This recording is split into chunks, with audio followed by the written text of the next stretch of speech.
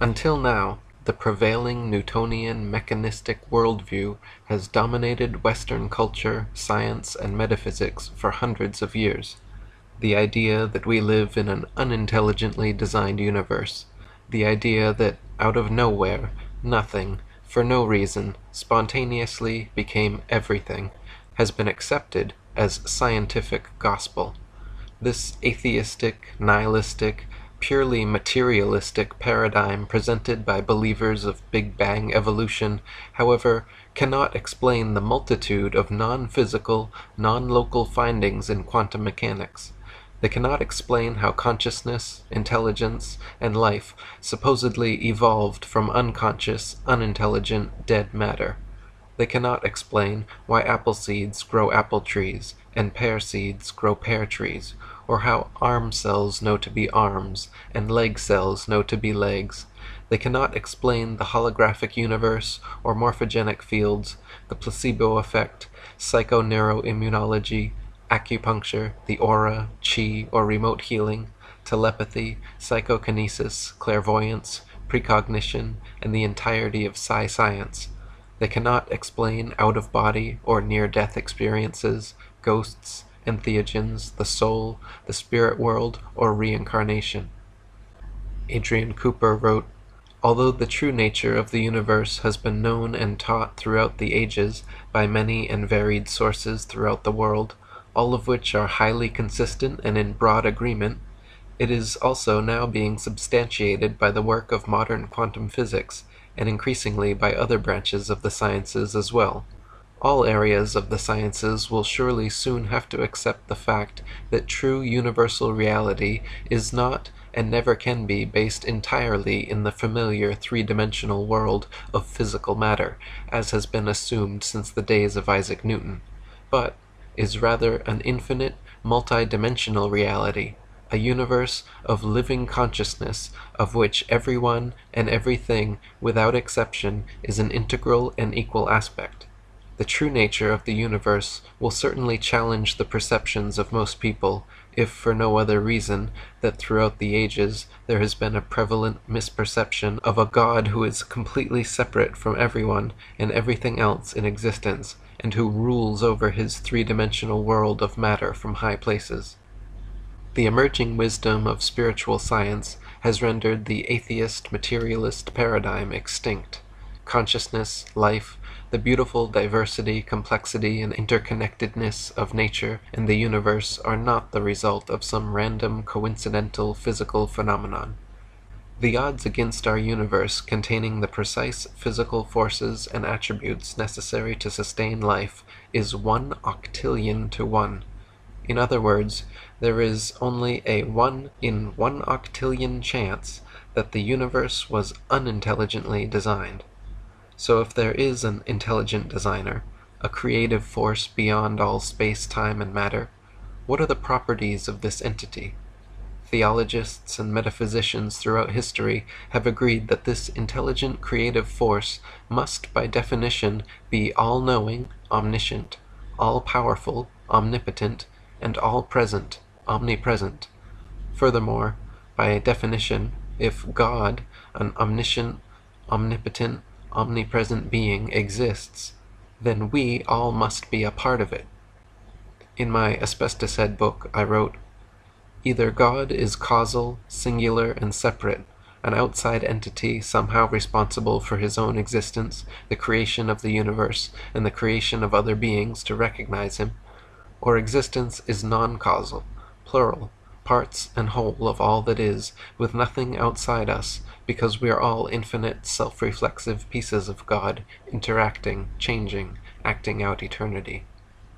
Many people are happy to accept the notion that God is some external entity like a bearded white man in the clouds who created us and watches over the universe like a cosmic fishbowl. Others are happy to accept that there is no God and the universe, consciousness, life, matter, space, and time are all the result of a random, spontaneous Big Bang accident. Personally, neither of these ideas have ever resonated with me, and both are relatively modern. If instead we consult the most ancient culture and the oldest texts in recorded history, the Indian Vedas, a very different story presents itself. Roger Stevens wrote, "Here's a parable, an analogy, which comes from India, from the Upanishads, and is thousands of years old. It presents a parabolic answer to the root question of all religion and philosophy: who am I, and what is this? And does so in a way which everyone can relate to. In the beginning of the world, and though it probably had no ultimate beginning as we think of them, you have to start somewhere, there was only Brahma. Being all there was, and therefore totally known to himself, Brahma soon realized that this totality of awareness would eventually become extremely boring. After all, when you know everything there is to know, then there's no surprise, nothing to keep you interested. It's like reading the same book for the 78 millionth time. Anyway, since he was omnipotent, all-powerful, omniscient, all-knowing, and omnipresent, all-everywhere, Brahma decided to create a diversion for himself, a way of introducing the elements of surprise, intrigue, and drama into his experience. He thought, what would it be like to forget who I really am? So he invented the game of cosmic hide-and-seek. According to the rules of this game, Brahma would pretend to break pieces of himself off from the whole, so that to all appearances they would seem separate. That's the hide part. Then, as the apparently separate consciousness at the center of each of those apparently separate pieces, and through their apparently separate and unique perspectives, he would seek to rediscover who he really was, which was, of course, everything. Imagine seeing yourself from an infinite number of different perspectives, each one initially ignorant of its relationship to all the rest. Imagine going to sleep and dreaming a different lifetime each night, each lasting for more or less years, each complete with the full range and variety of emotional life and death details. Imagine having the same dream, but playing a different role in it each night, seeing it through different eyes each time. Well, guess who those apparently separate pieces are? Since there is only one I am in the universe, one consciousness, it's all a game of hide-and-seek, and each one of us is in the same state. I'm it, and you're it. Brahma, God, Tao, universal mind, the one, the void, the field, infinite consciousness, or whatever you want to call it, by definition is everything, exists everywhere, and is completely known to itself. Try to picture, if that was your reality, what would you do with your existence? What can you do with your existence as an omnipotent, omniscient omnipresence with nothing unknown or outside yourself? There really is only one possibility. You play make-believe, hide-and-seek. Since you are the one objective infinite consciousness, to hide from yourself, you must first divide your sense of self into several subjective finite packets of consciousness. At and as the root of each of these subjective packets of consciousness will be the feeling of I am and I am not, the feeling of existing as an individual entity separated from the totality. With that, the hiding part is complete. The next step is creating a sensory-rich, holographic, and ultimately illusory material world and physical bodies where these subjective awarenesses can interact, play, and experience. To best accommodate this, since God is a singularity, the material world must be a world of duality, a world of polar opposites, where each soul, each individuated facet of God, may experience the heights, depths, and breadth of possibility, so there must exist both good and evil, male and female, positive and negative, pleasure and pain, birth and death, inhale and exhale, black and white, dark and light, day and night, sun and moon, yin and yang, intelligence and ignorance, and so on and so forth. The one golden rule and driving force of God's universal hide-and-seek game is called karma, or cause and effect. What goes around, comes around. Do unto others as you would have done unto yourself, because, fundamentally, there is no you or others, there is only God, the one true self. Your physical body, your name, your entire human identity, and the feeling of being an individual entity separated from the totality is a secondary and ultimately illusory experience of the one true being. Your feeling of being Tom, Dick, or Harry is a purposely induced state of amnesia so that the creator may experience his creation. Each subjective packet of consciousness, each soul, ultimately is and wishes to reunite with the one, Tao, God, Brahma. But life as Brahma, to be honest, gets boring, and sometimes Brahma would rather play hide-and-seek. God wants to experience through you what it is like to be you, a fractal fragment of himself. Thus begins lifetimes of cyclical hiding and seeking, karmic creation and destruction, moving away from and back towards God, your true self. Fritjof Capra wrote, "In the Eastern view, then, the division of nature into separate objects is not fundamental, and any such objects have a fluid and ever-changing character. The Eastern worldview is therefore intrinsically dynamic and contains time and change as essential features. The cosmos is seen as one inseparable reality, forever in motion, alive, organic, spiritual and material at the same time. Since motion and change are essential properties of things, the forces causing the motion are not outside the objects, as in the classical Greek view, but are an intrinsic property of matter. Correspondingly, the Eastern image of the divine is not that of a ruler who directs the world from above, but of a principle that controls everything from within. He who, dwelling in all things, yet is other than all things, whose body all things are, who controls all things from within. He is your soul, the inner controller, the immortal." David Icke wrote, "Think of the difference between a droplet of water and the ocean. The droplet symbolizes the sense of division, of being an individual me, unconnected to anything else. This is like identifying with being Bill Bloggs or Ethel Jones. But put that droplet back in the ocean, and where does the ocean end and the droplet begin? There is no beginning and no end, no alpha and omega, because all is one. At that level, there is no we, only an infinite I. Part of that ocean may be calm and peaceful, and another may be angry and rough, but it is still the same ocean, the same oneness. We are always the ocean, always infinite awareness, and we cannot literally become disconnected from that. However, when we forget who we are, we can be confused into a sense of division, of being the droplet, and we perceive reality through the tiny lens that this creates in our minds. We are the ocean, infinite awareness, but we believe we are just a little powerless, insignificant droplet. We identify with division and parts, not unity." Another way to understand this concept is through dreams. In dreams, you create entire worlds, environments, situations, and even other people. You interact and converse, create conflict and resolutions, get emotional and involved, but suddenly, when you wake up from the dream, you realize that all those environments, situations, and other people were really all you. They only seemed like separate individuals because of the level of consciousness you were operating on at the time.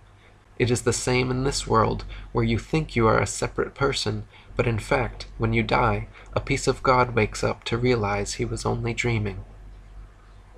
Peter Russell wrote, "To many, the statement, 'I am God,' rings of blasphemy. God, according to conventional religion, is the supreme deity, the almighty, eternal, omniscient creator. How can any lowly human being claim that he or she is God? Yet when mystics say 'I am God,' or words to that effect, they are not talking of an individual person. Their inner explorations have revealed the true nature of the self, and it is this that they identify with God. They are claiming that the essence of self, the sense of 'I am,' without any personal attributes, is God.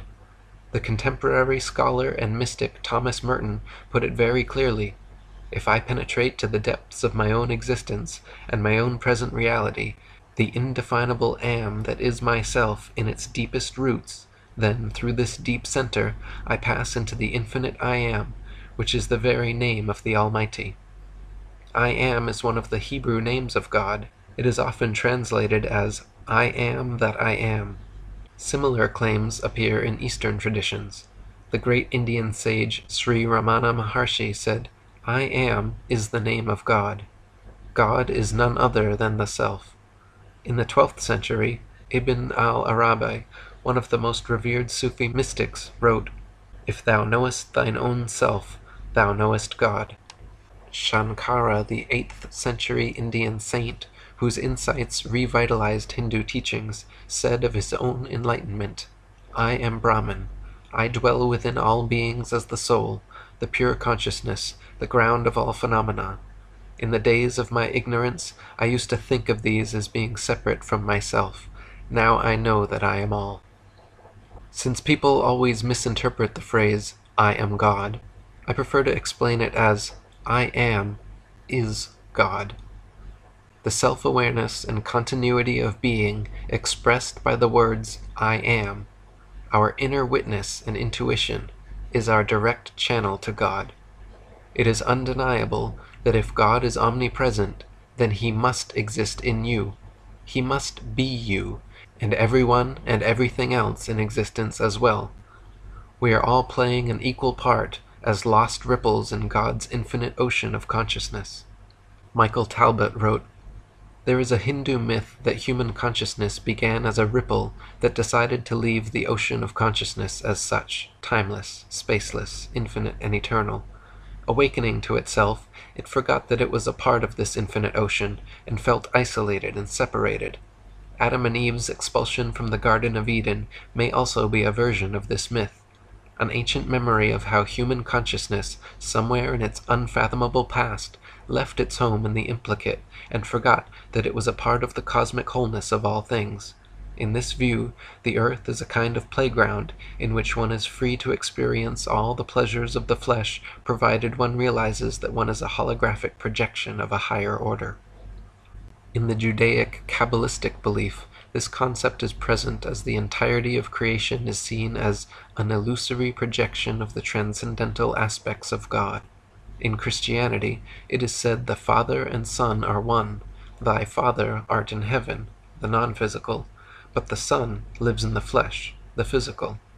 The Father is Brahman, the ultimate, objective, implicate reality, and the Son is Atman, the fractal fragment of the One sent to experience and enjoy the Father's creation. The Mother Mary is nature, or Mahamaya, the sustainer of the material world. She is the illusion maker, the agent of change, keeping all things in constant motion and flux between polarities. It is her dynamic, endless dance of forms which keeps us from realizing that there is ultimately no such thing as separateness. The Upanishads state that one should know that nature is an illusion, Maya, and that Brahman is the illusion maker. This whole world is pervaded with beings that are parts of him. Fritjof Capra wrote, "The basic recurring theme in Hindu mythology is the creation of the world by the self-sacrifice of God, sacrifice in the original sense of making sacred, whereby God becomes the world, which in the end becomes again God. This creative activity of the divine is called Ma, the play of God, and the world is seen as the stage of the divine play. As long as we confuse the myriad forms of the divine with reality, without perceiving the unity of Brahman underlying all these forms, we are under the spell of Maya. Maya, therefore, does not mean that the world is an illusion, as is often wrongly stated.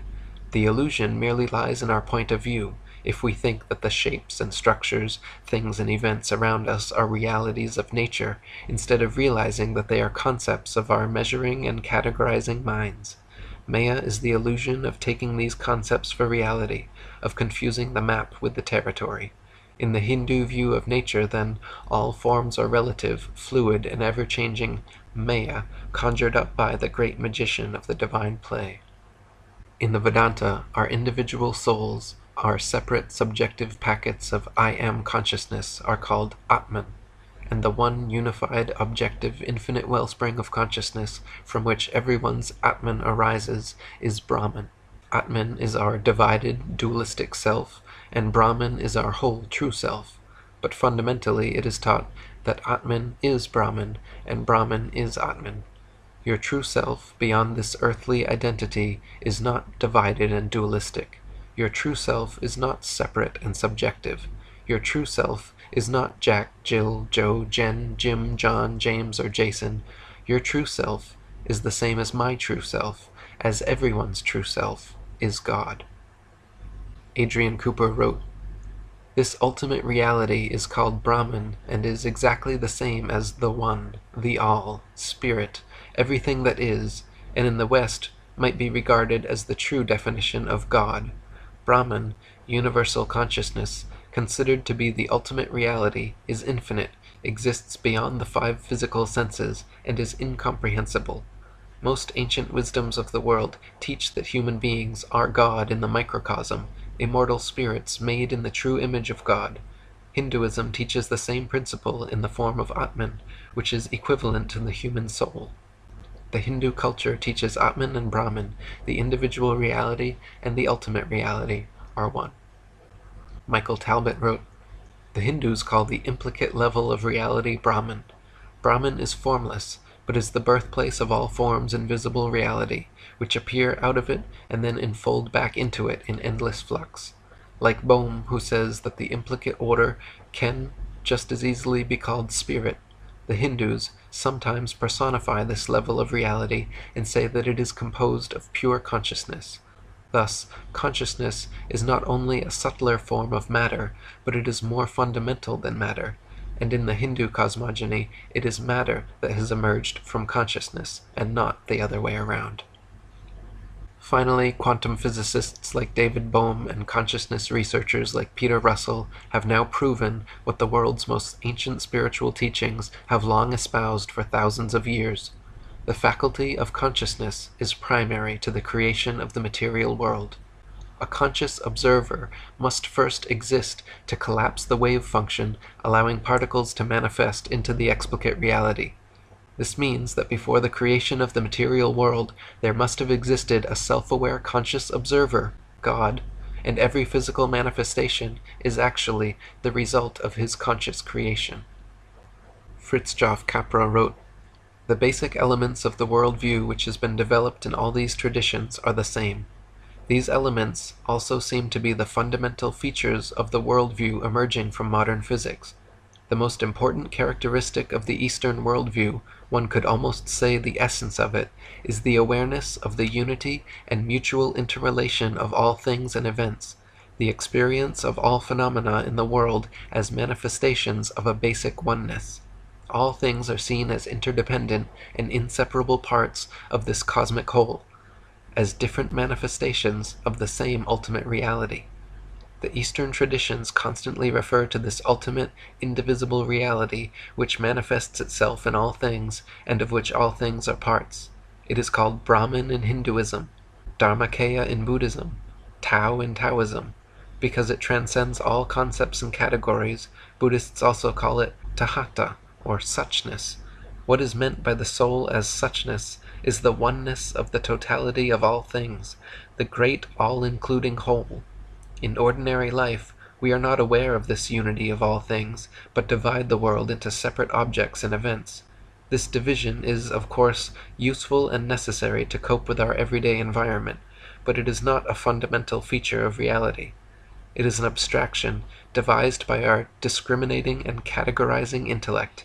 To believe that our abstract concepts of separate things and events are realities of nature is an illusion.